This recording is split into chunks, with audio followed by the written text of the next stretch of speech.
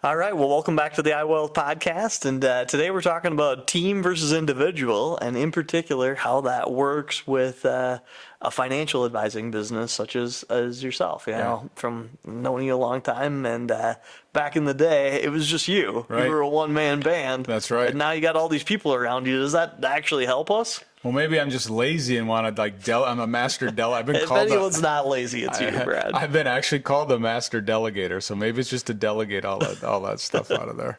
It actually was a compliment, I think, backhanded. So a lot of times when you start in this business, you are a solo practitioner and you just hang a shingle and you start. You know, in my career, it was similar to that. You go back, it's 30 years this year that I've been an advisor. And it was that. It was kind of that rugged individualism type thing. But as you start to grow the practice, you have clients that you have to take care of. And so that's your first need, is that you hire someone for client service to kind of help take care of those people.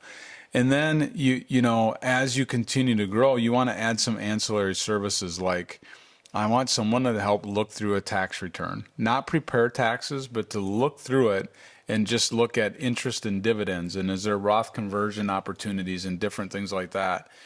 And then as you continue to go, you're like, well, I need a marketing team and I need someone to help make sure that we're putting the right content out, similar to today's conversation. Like, let's get that out on social media and things so we can help more people with the right content. And so that it just continues to grow and grow. But then what also happens now that we have 3 advisors on the team, actually 4 advisors on the team, it becomes a continuity. There's something about being able to walk into a company like ours at IWealth where if Brad goes down, there's a next guy up or next gal up.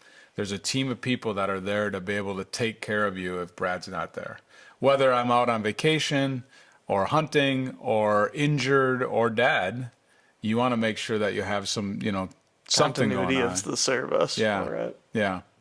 And so, you know, what's better? It really comes down to a relationship that you have with the financial advisor. But in my mind, because I've built a team, I'm sure I'm tainted, but I think it's a team. I think it's a team that has the right core values that fits with your family, that you can insert different people along the way to help take care of needs, whether it's taxes or whether it's changing your address and you have the right customer service person to help you with that. Like I just like that better than just a one-man band. And then if that band is gone or the one man's gone, the band's over with, right? Yeah. So kind of my take on it.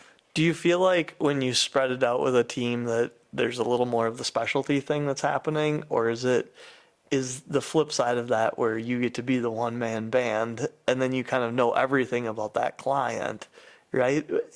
You know, there's pros and cons to each way, but which way, you know, you said I feel better about it being a team, but do you lack some of that relationship because you're pawning off certain pieces of that on other people? No, that's a good question. But no, because we're pulling it all back in. I'm still that quarterback for that client or that household.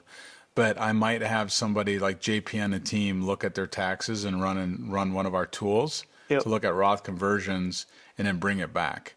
Or our insurance specialist take a look at their life insurance policy and then bring that back. So I'm still funneling that information to the client. Or I'm bringing that person in on the meeting, then they funnel it to them.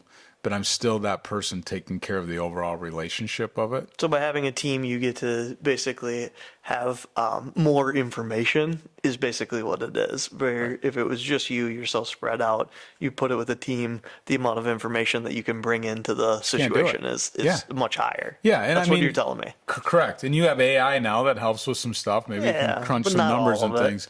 But when you look at somebody that's on their own and they have to be their own marketing department and they have to be their own sales assistant filling out paperwork and things like that and servicing clients.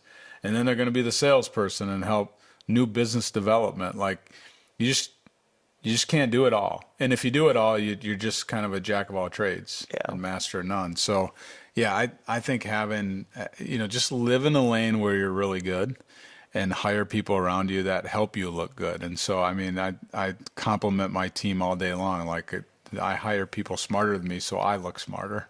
But it's just really, it's important to have the right people on your team. And I just think if it's a solo person, it's a little bit harder to do it. There you go.